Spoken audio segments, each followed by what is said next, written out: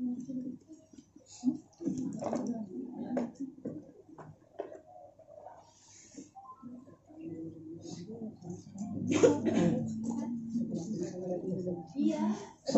azim wa sadaqa rasulun nabiyul habibul karim. Nahnu nazzalihin bisyahidin wa syakirin alhamdulillahi rabbil alamin.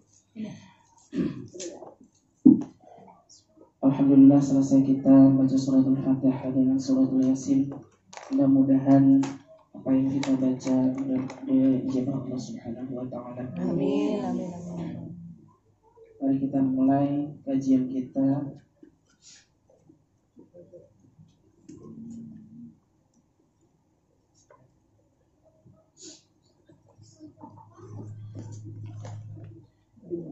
Bismillahirrahmanirrahim. Qala al-mu'allif rahimahullahu ta'ala wa nafa'ana bihi wa bi'ulumihi wa bi kutubi dzaraini. Qalu subhanaka la 'ilma lana illa ma 'allamtana innaka antal alimul hakim. La haula wa la quwwata illa billahil 'aliyyil 'azim. Rabbi israh li sadri wa yassir li amri wahlul 'uqdatam min lisani yafqahu qawli.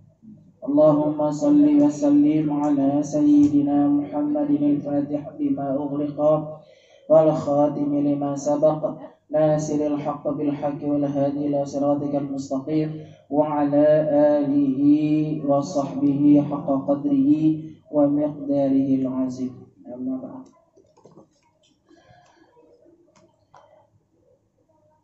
Alhamdulillah, kita masih diberi kesempatan oleh Allah pada malam hari ini, malam teristimewa, malam yang istimewa, malam di mana Allah utus seorang Rasul, yaitu 12 Rabiul Awal. Ini lagi flu, flunya berat, mampet keduanya kayak matanya jadi panas rasanya. Ya, di mana malam hari ini masuk malam 13 Rabiul Awal ya. Ya, tadi itu kemarin malam masuk 12 Rabiul Awal sampai tadi sore. Menjelang tadi setengah 6 fajar apa tuh terbenamnya matahari, maka habislah tanggal 13 lah sudah. Ya, di mana kita umat Islam bergembira. Bukan bergembira, bukan merayakan ulang tahun Nabi Muhammad, enggak. Bukan ulang tahunnya Nabi Muhammad. Tapi rasa gembira itu karena hadirnya utusan dari Allah Subhanahu wa ta'ala. Ya. Kita girang hari ada tanggal waktu kelahirannya itu. Ya, yang kita peringati itu hari bukan ulang tahun, bukan. Enggak ada istilah ulang tahun.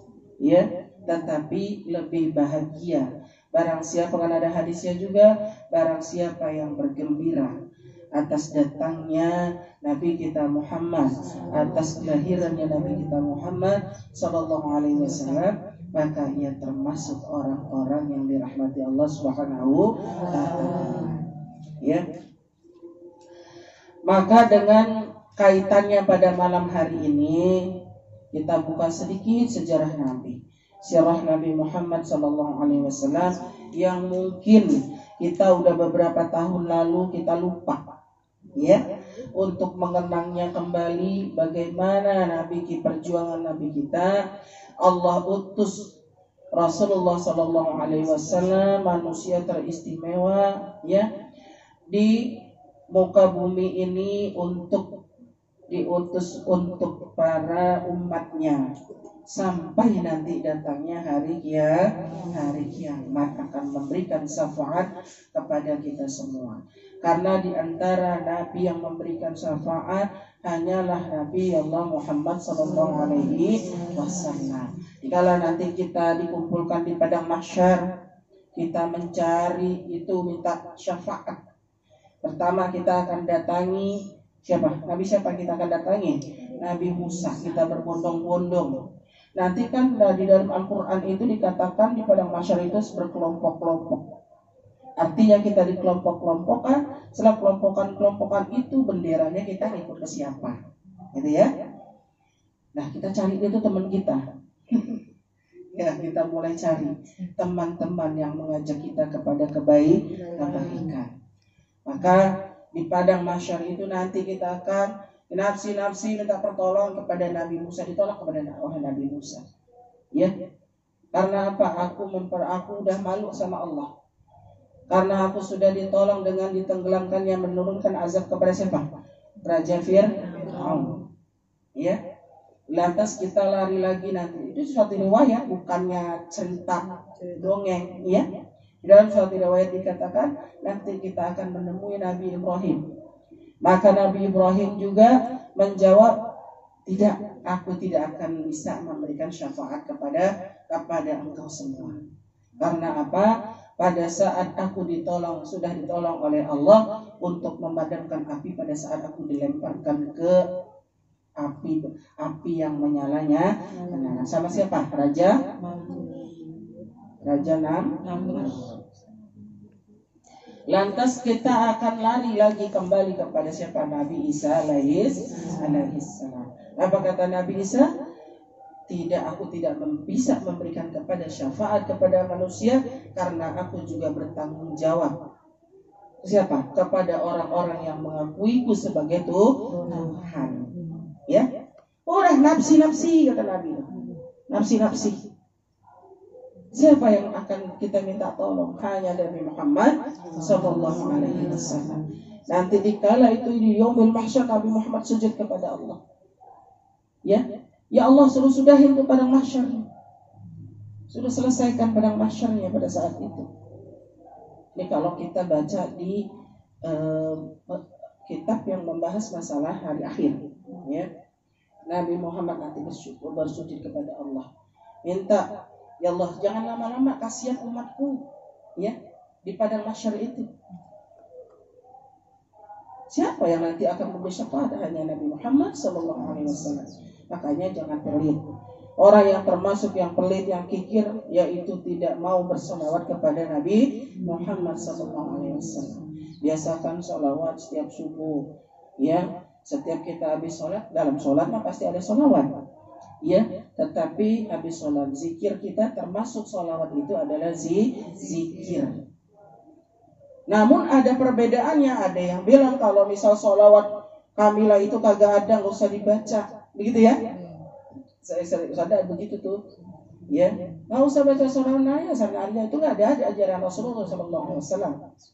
Sholawat apapun bu, paling sedikit Allahumma sholli ala sayyidina Muhammad wa ala ali sayyidina Muhammad. Tidak pakai sayyidina juga kagak apa-apa, ya. Sayyidina itu kan junjungan. Kita menjunjung Nabi Muhammad, artinya apa? Memuji Nabi Muhammad sallallahu alaihi wasallam. Lantas dalam sirah Nabawi kadang-kadang kita lupa bagaimana perjalanan Nabi Muhammad SAW dari sejak ia adanya di dunia, ya, jadinya benih-benih di mana?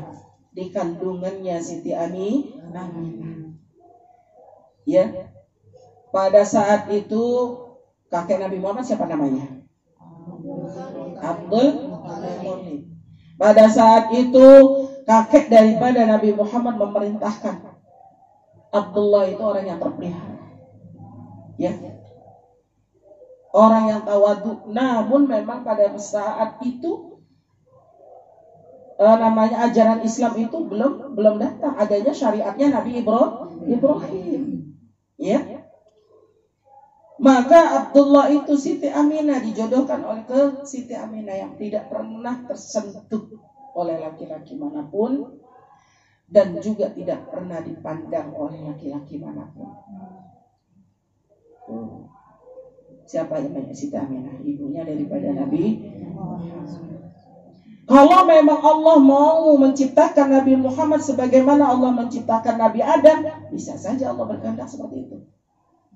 Tetapi apa? Karena Allah menggariskan, karena Nabi Muhammad itu digariskan kehendak Allah sebagai manusia yang diistimewakan oleh Allah, maka asbabnya terjadi manusia adanya apa? Pertemuan antara laki dan perempuan. Ya. Kalau Allah menjadikan Nabi Adam dari siapa? Dari apa? Min turabin. Dari tanah. Allah berikan ruh. Tidak ubahnya Allah ciptakan Nabi Isa di dalam kandungannya Maryam. Jadi nggak perlu, istilahnya nggak perlu ada hubungan biologis, ya. Kalau memang Allah mau berkehendak. Tapi kenapa Allah berkehendaknya seperti itu? Dipertemukannya laki-laki dan perempuan. Karena itulah nanti yang Allah akan jelaskan di dalam Al-Quran proses terjadinya manusia. Di luar daripada kisah daripada Nabi Isa dan juga Nabi Adam. Ya. Kan kita kalau bagaimana Nabi Isa itu diciptakan nanti kita akan temu tuh ada di surat Ali Imran, juga di surah Maryam. Yaitu kisahnya. Tapi bagaimana kalau Nabi Adam diciptakan ada di surah-surah di antara di surat-surat di dalam Al-Quran. Maka Nabi berkehendak dipertemukannya Siti Aminah dengan Abdullah bin Abdul Muttalib, ya, dinikahkanlah. Tapi jangan berpikir Nabi Muhammad jadi itu hanya satu sentuhan, satu kali sentuhan nurnya dari Allah itu. Jadi itu perantara saja, manusia itu coba wasilah. Cahaya yang datang dari Allah itu yang menjadikan Nabi Muhammad. Satu kali sentuh. Setelah itu Abdullah pergi berdagang ke luar kota, nggak pulang-pulang. Sampai akhirnya pulang tinggal nama doang. Itu juga Siti Aminah hamil, Abdullah nggak tahu. Ya. Itu Allah sudah berkehendak hanya satu kali. Gak ada yang namanya mahalimun berkali-kali, gak ada. Karena nur Allah itu, ya, lewat siapa? Wasilahnya adalah lewat Abdullah dan juga Amin. Tapi siapa yang memberikan nur itu adalah Allah Subhanahu wa Ta'ala. Karena sejak zaman Nabi Adam ada di kitab-kitab yang diturunkan kepada nabi-nabi sebelumnya, itu sudah ada catatannya bahwa akan hadir nabi daripada khataman nabiyin. Dari sejak Nabi Ibrahim. Nabi Ibrahim kepada Nabi Muhammad berapa tahun? Jedanya ribuan tahun. Tapi Allah memang sudah mengabarkan itu. Berarti terjadinya Nabi Muhammad karena nurnya Allah. Karena Muhammad diciptakan dari cahayanya Allah. Setelah dua bulan di kandungan, ayahnya kan belum pulang. Abdullah nggak tahu bahwa istrinya itu hamil juga. Ya, meninggallah ia. Di mana? Di kota Madinah. Ya. Meninggal di kota Madinah, yaitu tepatnya di kota Yasrib Madinah, tempat Nabi diperintahkan hijrah, kota Yasrib. Maka 2 bulan Nabi ditinggalkan ayahnya Abdullah. Kenapa Allah mengambil ayahnya? Kenapa ia dijadikan yatim semasa Nabi Muhammad di dalam kandungan? Karena itu nanti Allah perintahkan adanya yatim. Ya. Adanya istilah yatim itu setelah adanya Nabi Muhammad, sebelum-belumnya belum. Allah jadikan ia anak lahir sebagai yatim. Lalu 4 tahun usianya, ya, dia 2 tahun lalu melahirkan, dikelilingi orang-orang tercintanya. Siapa orang tercintanya? Yaitu Abdul Muttalib kakeknya, dengan paman-pamannya juga yang begitu sayang menanti kelahiran daripada Rasulullah SAW. itu kebahagiaan yang pernah dirasakan oleh Nabi Muhammad dengan keluarganya. Karena beliau belum lahir saja sudah dinanti-nanti sama keluarga besarnya. Karena tahu siapa yang akan dilahirkan ini adalah pembesar umat nantinya. Orang yang istimewa. Sampai kepada paman-pamannya, petinggi-petinggi Quraisy pada saat itu, panglima-panglima besar menanti kelahirannya Nabi Muhammad SAW. Lalu lahir terus diasuh oleh siapa? Ibunya. Dibantu sampai ia berusia 4 tahun. Dibantu oleh siapa? Ibu susunya. Siapa nama ibu susunya? Ibu susunya itu ada 3. Ya. Jadi emang ada kebiasaan daripada orang Quraisy, orang dulu, orang Makkah itu menyusukan kepada, menitipkan gitu ya kepada orang yang sedang menyusui. Maka disebutnya adalah murdiatur Rasul. Murdiatur Rasul itu yaitu yang mengasuh daripada Nabi Muhammad sallallahu alaihi wasallam sampai Nabi berusia 4 tahun di kampung Sa'ad namanya. Suatu perkampungan yang dihuni oleh Bani Sa'ad. Ya, Bani Sa'ad itu ada termasuk yang menyusu susu Nabi Muhammad, wanita yang berasal dari Bani Sa'ad. Yang pertama siapa? Suwaibatul Aslamiyah. Suwaibatul Aslamiyah itu yang membantu daripada ibunya Nabi dalam mengasuh Nabi, yaitu budak dari Abu Lahab atau Abdul Uzza. Nama lain Abu Lahab itu Abdul Uzza. Maka diabadikan di dalam Al-Quran Abu Lahab. Karena dia apa? Karena dia orang yang paling sadis gitu ya,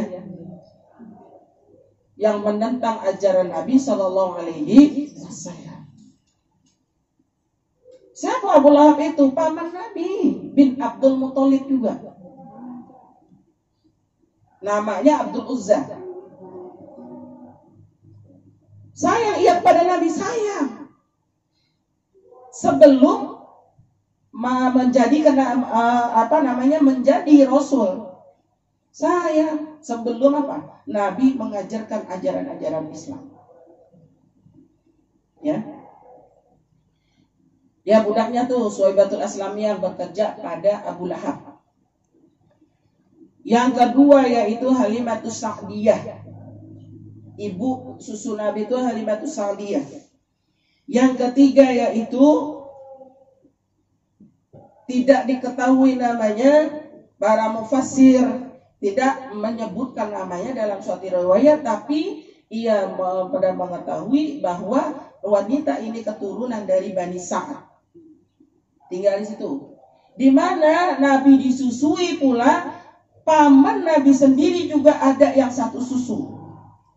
Jadi satu paman juga ada yang saudara susu juga. Siapa? Hamzah. Panglima besar perang, pamannya Nabi. Ya. Hamzah, saudara susu Nabi juga, pamannya Nabi juga. Karena Hamzah pernah disusuin oleh siapa nih, yang perempuan berasal dari Bani Sa'ad. Lalu pada usia 4 tahun Nabi dibelah dadanya oleh Allah Subhanahu wa ta'ala. Siapa yang menyaksikan? Yaitu Anas bin Malik. Anas bin Malik itu pengasuh Nabi juga. Jadi setiap Nabi main tuh diikutin sama dia tuh. Dia yang menyaksikan pada saat Nabi sedang main usia 4 tahun. Maka Allah belah dada Nabi. Dibersihkannya, dibedah Nabi. Ya, hatinya Nabi dibersihkan. Makanya dibilang Nabi itu orang yang apa? Orang yang disebutnya apa ya? Suci, gitu ya. Hatinya suci karena Allah bersihkan. Dengan nurnya Allah. Pada saat itu malaikat Jibril menghampirinya. Siapa yang melihat Anas bin Malik sampai ia gemetar, ya, tidak bisa bicara apapun, ngadu kepada siapa? Ibu susu Nabi, Halimatus Sa'diyah. Halimatus Sa'diyah. Tapi dilihat Nabi sehat-sehat saja setelah itu. Ya. Nabi setelah itu sehat-sehat saja, tapi ada bekasnya. Ada bekasnya itu. Dilihat di dadanya, namun ada bekasnya. Setelah kejadian itu, maka Nabi dibawa pulang. Keluar dari kampung Sa'ad, dikembalikan sama kakeknya. Karena apa? Khawatir ada terjadi apa-apa, ia bertanggung jawab. Akhirnya dikembalikan ke rumahnya kakeknya, yaitu Abdul Muthalib. Akhirnya Nabi di rumah kakeknya itu bersama ibunya. Ibunya belum meninggal. Ibunya kan meninggal saat dia 6 tahun. Sampai pada usia 6 tahun, dikala anak ini udah paham, udah bisa diajak perjalanan jauh, maka diajaklah oleh ibunya kemana? Untuk ziarah ke makam ayahnya, kota Yasrib. Ya, dikawal oleh siapa tuh? Ibu-ibu asuhnya tadi. Ya, dikawal semuanya berangkat kemana? Ke kota Yasrib. Ya. Maka di dalam perjalanan pulang setelah ziarah, Nabi berusia 6 tahun, perjalanan pulang mau balik lagi nih. Mau balik ke kota Mekah dari kota Madinah. Kan kalau sekarang kota Madinah ke kota Mekah itu kurang lebih 7 jam. Nah, bayangkan saja Bu, kalau jalan kaki pakai unta berapa jam? Atau berapa hari gitu ya? Itu rombongan. Ya, rombongan satu kafilah. Karena siapa? Kakek Nabi itu seorang pembesar Quraisy di kota Mekah. Dan paman-pamannya itu semua gubernur. Ya. Kan bangsawan Nabi itu. Turunan bangsawan. Jangan bukan susah, Nabi itu kan orang susah. Ya. Lantas setelah kembalinya ibunya dari kota Mekah, kota Madinah ke kota Mekah dalam perjalanan di perbatasan kota Mekah, ibunya itu meninggal dunia. Ya, meninggal dunia. Lalu Nabi terus mengadakan perjalanan pulang setelah ibunya dimakamkan. Teruskan perjalanan pulang, ngadulah ke kakeknya gitu ya, bahwa tuh ibunya dalam perjalanan pulang kagak ada umur. Lalu diasuhlah sama kakeknya, siapa? Abdul Muthalib. Sampai Nabi berusia 8 tahun 2 bulan 10 hari, 8 tahun lebih kan. Diasuh kakeknya. Sampai usia 8 tahun lebih, kakeknya mengasuhnya dengan rasa bahagia, rasa sayangnya kepada cucunya. Ya, ditinggalkanlah juga oleh kakeknya. Kakeknya juga meninggal. Padahal usia Nabi 8 tahun lebih. Maka kakeknya ini meninggal. Nah, Nabi Muhammad dia sama siapa nih? Ya, pada saat itu nggak ada yang mau ngasuh Nabi Muhammad. Lalu dikumpulkan tuh semua saudara-saudara dari Abdullah. Berapa paman Nabi sebenarnya? Anak dari Abdul Muthalib itu ada 11 termasuk Abdullah. 6 perempuan. Tapi dari ibu yang berbeda-beda. Begitu ya. Yang masuk Islam paman Nabi cuma 2. Sampai akhir hayatnya masuk Islam cuma 2. Hamzah dan Abbas. Di antara yang selainnya itu tidak masuk Islam sampai akhir hayatnya. Termasuk paman Nabi Abu Thalib. Karena pada saat kakeknya Nabi meninggal itu ditanyakan, siapa yang mau ngasuh ini? Lantas ditanyain dulu siapa? Hamzah. Maka kata Hamzah, aku belum kawin. Yang ngurusinnya siapa? Karena aku perjalanan perang dari suatu perang ke perangan yang lain, dari hutan ke hutan yang lain, ya, dari kota yang satu ke kota yang lain. Ini akan saya tinggal. Hamzah angkat tangan. Lalu diserahkan kepada Abu Lahab. Maka kata Abu Lahab, saya tidak mau karena saya orang sibuk. Istri saya pun tidak mau menerimanya. Ya. Akhirnya apa?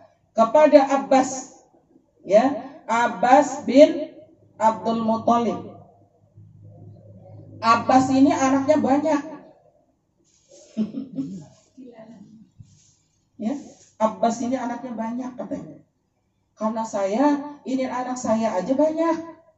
Bagaimana saya dapat memelihara Muhammad, begitu ya? Akhirnya apa? Abu Thalib. Ini yang lainnya nih, apa nih? Para bangsawan semua. Akhirnya siapa? Abu Thalib, seorang pedagang. Diambillah Nabi Muhammad, biar saya yang merawatnya, yang memeliharanya. Lantas sampai ia remaja dirawat Abu Thalib, karena Abu Thalib seorang pedagang. Diajak Nabi berdagang. Dagang Nabi bukan ece-ece dan bilang menggembala kambing apa. Lah bukan yang sedikit, Bu. Berdagang juga kayak kita tuh jalur internasional. Bukan yang berdagang yang kita bayangkan susah, bukan. Nabi itu sampai dagang ke Persia, Libanon. Ya. Ke Persia, Libanon, dan Palestina. Terus ke Maroko, Yaman. Itu perjalanan Nabi selama ia berdagang ke kota Syam. Sampai kota Madinah, semua kota Madinah itu bekerja sama dengan Nabi dalam urusan dagang. Siapa yang ngajarin? Pamannya Abu Thalib. Setelah remaja, diajarkan dia mulai berperangan. Jadi anak bawang. Artinya jadi anak bawang apa? Orang belakang. Yang tukang apa? Tombak, ya, panah, yang apa? Yang melengkapi peralatan perang. Sampai Nabi mau masih 10 tahun sudah mau ikut perang, tapi masih dilarang sama pamannya. Ya. Setelah ia 15 tahun usianya, diizinkan oleh pamannya ikut peperangan. Ikut perang, jadi prajurit. Dalam apa? Dalam pimpinannya pamannya sendiri, Hamzah. Hamzah itu salah satu dari 38 panglima besar Nabi yang mendampingi Nabi dalam peperangan. Di antaranya Hamzah, Khalid bin Walid, Umar bin Khattab, yang dulunya menjadi panglima perang. Ya, di antaranya itu Hamzah yang menjadi panglima perangnya. Maka setelah Nabi remaja, diajaklah ke kota Syam. Yang diajak ke kota Bukhara. Akhirnya di sana ada suatu gereja terbesar di kota Bukhara itu. Tempat komunitas Nasrani. Lantas apa kata pendeta Bukhara pada saat Abu Thalib berdiam, istirahat di depan gereja itu, begitu ya? Keluarlah seorang pendeta itu, melihat Nabi Muhammad SAW. Maka apa dia bilang kepada Abu Thalib? Kamu jangan bawa ini anak pulang, suruh pulang, balik. Ini anak jangan dibawa nih, karena ini anak yang lagi dicari-cari orang pembesar Madinah. Kalau engkau teruskan ia ikut berdagang terus, ia akan terbunuh. Karena di dalam ada keistimewaan pada anak ini. Pamannya mah nggak tahu, ya. Karena apa? Terdapat dalam kitab Injil. Tanda-tandanya ada pada anak ini. Bawa pulang. Ya, khawatir ia akan dihadang oleh para pembesar Quraisy yang ingin membunuh anak ini dengan tanda-tanda seperti ini. Di mana tanda-tandanya? Ada di kitab Taurat, ada di kitab Zabur, ada di kitab Injil. Pendeta ini ahli kitab. Artinya ahli kitab itu yang menguasai kitab yang diturunkan oleh Allah. sebelum Al-Qur'an. Lantas Abu Thalib bingung antara meneruskan perjalanan atau tidak. Akhirnya dibawa baliklah ke kota Makkah. Ya. Setelah perjalanannya memelihara Nabi, sesampainya perjalanan di kota Mekah itu banyak yang menemui Rasulullah SAW, maka mengatakan haza sayyidil alamin. Ya, ini adalah pemimpin semesta alam. Kata siapa? Pemimpin-pemimpin Quraisy, Yahudi dan Nasrani. Karena pada saat itu Quraisy itu ada yang agama Majusi, Yahudi, Nasrani, itu semuanya mereka tahu tanda-tanda daripada Nabi Muhammad SAW yang akan nanti menjadi pemimpin semesta alam ini. Ya, akhirnya dibawa pulang. Sesampainya pulang, sampai Nabi berusia berapa? Berusia 25 tahun. Ya. Setelah Nabi mengikut kepada Abu Thalib selama sampai usia 25 tahun. Itu masih didampingi sama siapa? Pamannya Abu Thalib yang selalu mensupportnya.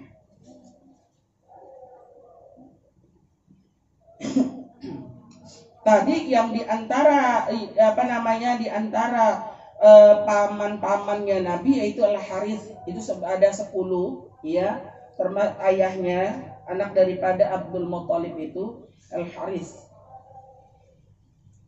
Nanti ada anak angkat Nabi yang namanya Zaid bin Harith, adalah sepupunya, ya.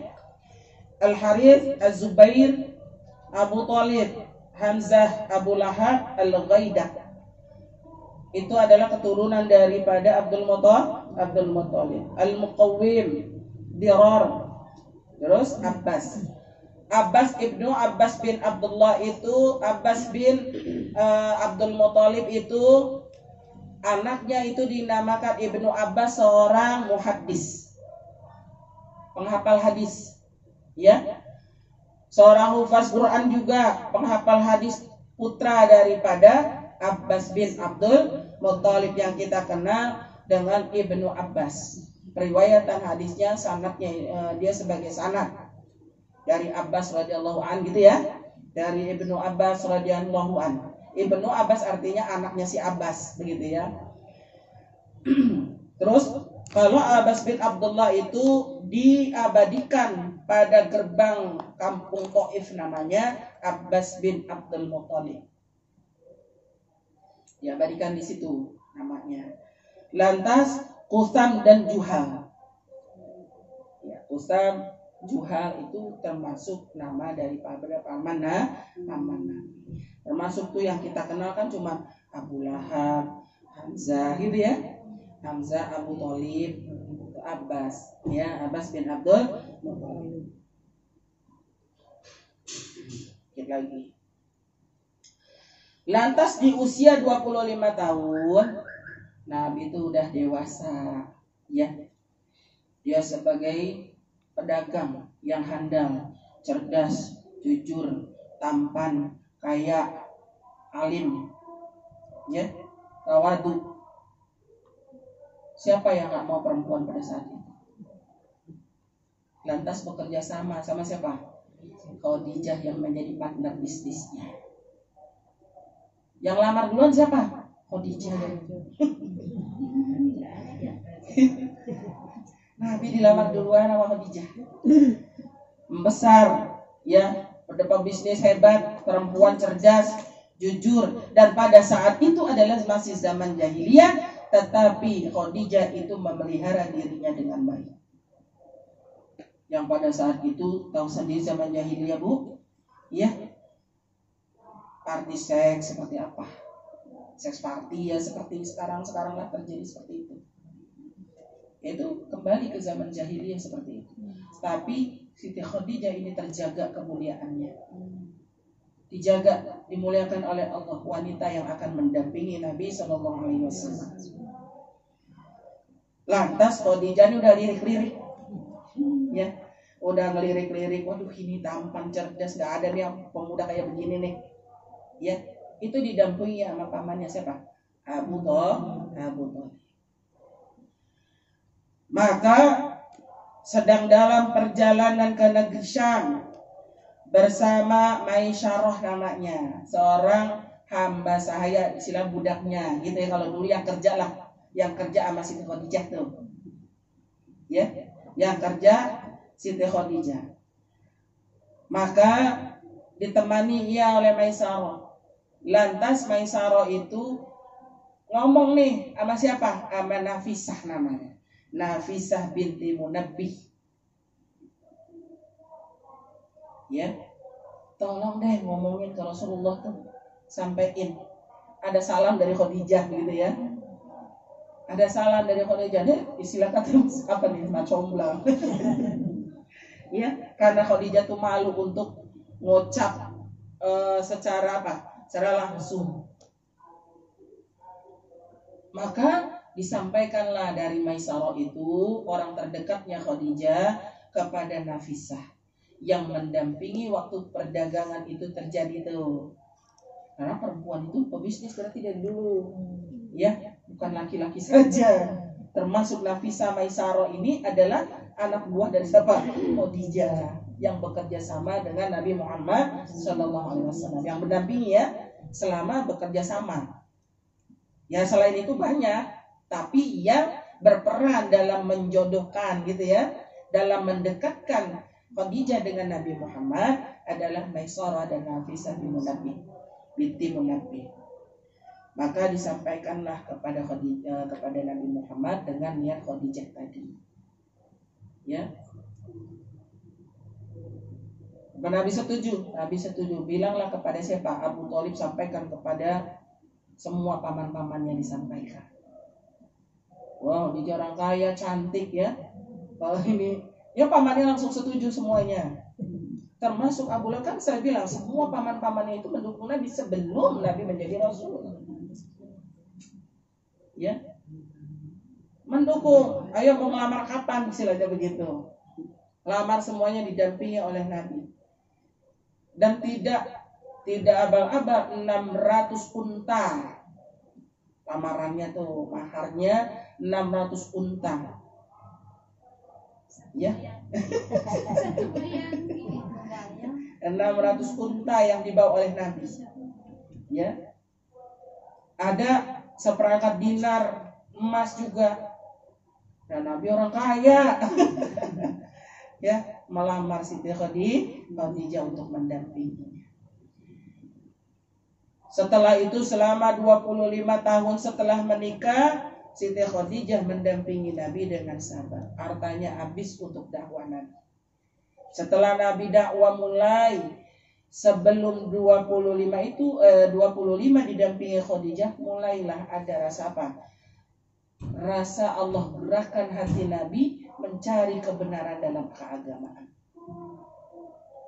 Jadi Nabi nggak sekonyong-konyong dapat risalah Al-Quran pada usia 40. Pada sebelum Nabi usia 40, dari Nabi 30 diberikan kepercayaan oleh Allah mempersatukan bangsa pada saat suku Quraisy di kota Mekah itu berperang.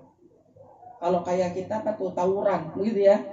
Dari kampung antar kampung tuh banyak tawuran. Nabi yang mempersatukan itu di usia 30. Lantas Nabi berkhidmat di mana? Di Gua Hira dari umur 30 sampai umur 40. 10 tahun. Ya, sebelum turunnya Al-Qur'an.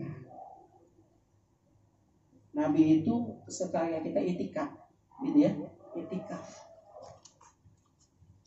Pulang sebentar doang dikasih bekal sama Siti Khadijah, makanan apa.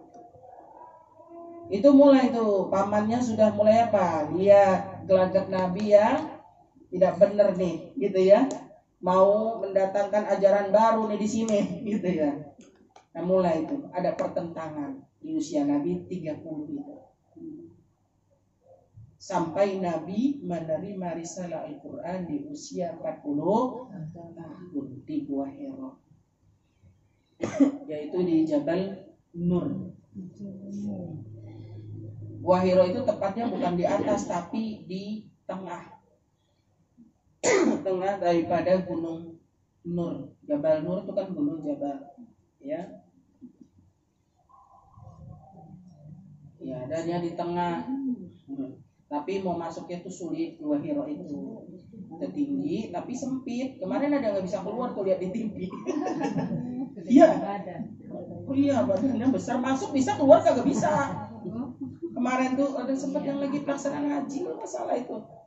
Keluarnya kagak bisa. Ya, akhirnya apa? Ditolongin itu, ada bisa juga keluar. Ya maksud bisa. Karena memang sempit begitu ya. Biasanya yang masuk itu banyaknya orang laki yang pada, misalnya kalau perempuan paling udah sampai di atas udah turun lagi, atau nggak sampai ke atas gitu, atau nggak, karena tinggi sekali kan. Harus ada kuat, kakinya kuat kan. Udah sampai sini dulu, udah jam 8 lewat. Insyaallah kita teruskan kembali sampai wafatnya Nabi Muhammad SAW.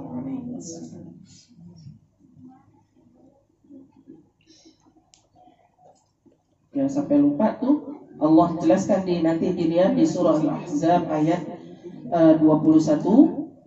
Allah menjelaskan laqad kana fi Rasulillahi uswatun hasanah, telah datang kepada kita yaitu utusan dari Allah Subhanahu wa taala sebagai contoh yang baik untuk umat manusia. Lalu di ayat 40-nya maka Muhammadin ahadun birrijalikum walakin Rasulillahi khataman nabiyyin, yang menyatakan bahwa Nabi Muhammad itu aku turunkan daripada salah satu pemimpin, bukan daripada untuk memimpin laki-laki saja, tetapi dia utusan Allah untuk semesta alam, untuk seluruh manusia, begitu ya. Wa khataman nabiyyin, dan juga di situ Allah jelaskan bahwa Nabi Muhammad adalah penutup daripada nabi-nabi. Maka setelah Nabi Muhammad wafat itu kan timbul nanti nabi-nabi palsu pada saat pemerintahan Abu Bakar, Sayyidina Abu Bakar Siddiq, ya, radhiyallahu anhu. Ya, wallahu a'lam bishawab. Nanti kita lanjutkan kembali. Kan masih bulan Maulid, enggak apa-apa. Kan 12 ya. Iya. Ya Allah a'lam bishawab. Al-Fatihah. A'udzubillahi minasyaitonir rajim. Bismillahirrahmanirrahim. Alhamdulillahirabbil alamin. Arrahmanir rahim. Maliki yaumiddin. Iyyaka na'budu wa iyyaka nasta'in. Ihdinas siratal mustaqim. Shiratal ladzina an'amta 'alaihim ghairil maghdubi 'alaihim waladdallin.